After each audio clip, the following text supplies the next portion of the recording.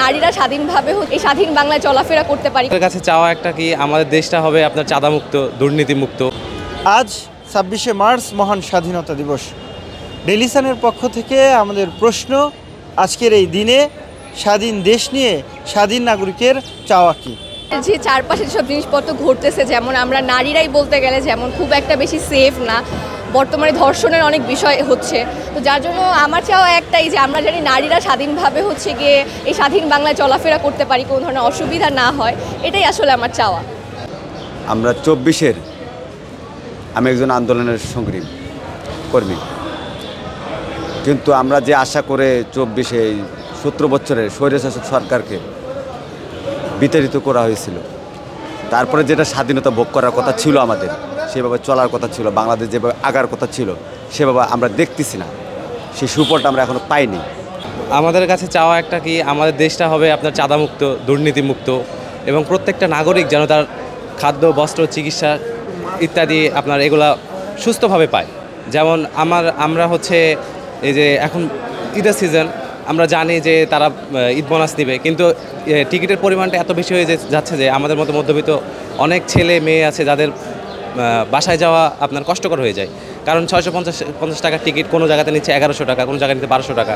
একটা এসির টিকিট হচ্ছে ১১০০ টাকা, কোনো জায়গায় নিচ্ছে আপনার ১৫০০ টাকা বা ১৭০০ টাকা, ১৮০০ টাকা, এরকমভাবে নিচ্ছে। এগুলো আমাদের প্রশাসন যারা বিআরটিতে যারা এতে আছে এদের উচিত এগুলো নিয়ন্ত্রণ করা। হ্যাঁ, তাদেরও একটা প্রাপ্য রয়েছে, তারা ঈদ বোনাস নিবে আমাদের কাছ থেকে, কিন্তু যেন ঈদ বোনাসটা সবাই সাধ্যের ভিতরে থাকে। চাওয়াটা হলো শান্তিপূর্ণভাবে যেন থাকতে চাই, বিশৃঙ্খলা যেন না থাকে, আইন শৃঙ্খলা যেন ঠিক মতো থাকে।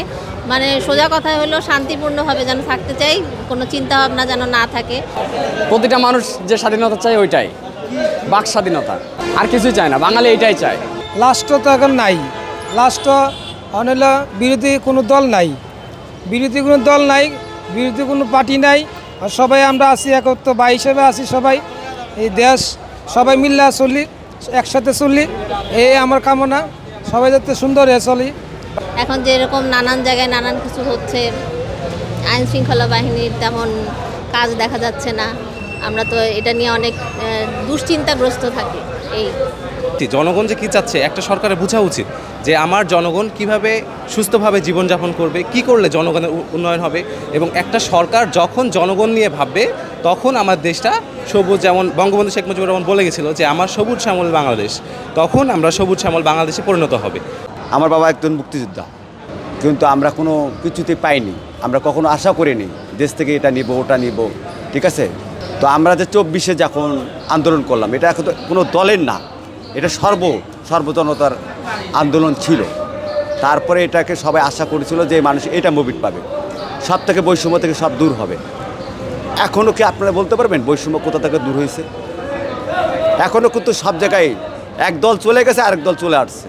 এছাড়া বলতে গেলে নিরাপদ সড়ক, তারপরে দেশের পরিস্থিতি একটু ভালো হওয়া আগের থেকে, এখন যে অস্থিতিশীল পরিস্থিতি চলতেছে এটা থেকে একটু স্বাভাবিক হয়ে আমরা সবাই জানি স্বাভাবিক জীবনে ফিরতে পারি, যেসব গুজব আসলে ছড়াচ্ছে এগুলোর জানি একটা প্রতিহার হয়, এগুলোই আসলে চাচ্ছি।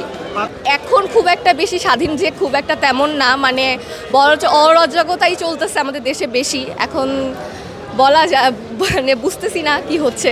চলাফেরা বলেন, বাসায় থাকা বলেন, নানান জায়গায় তো এরকম ডাকাতিও হচ্ছে, নানান কিছু হচ্ছে।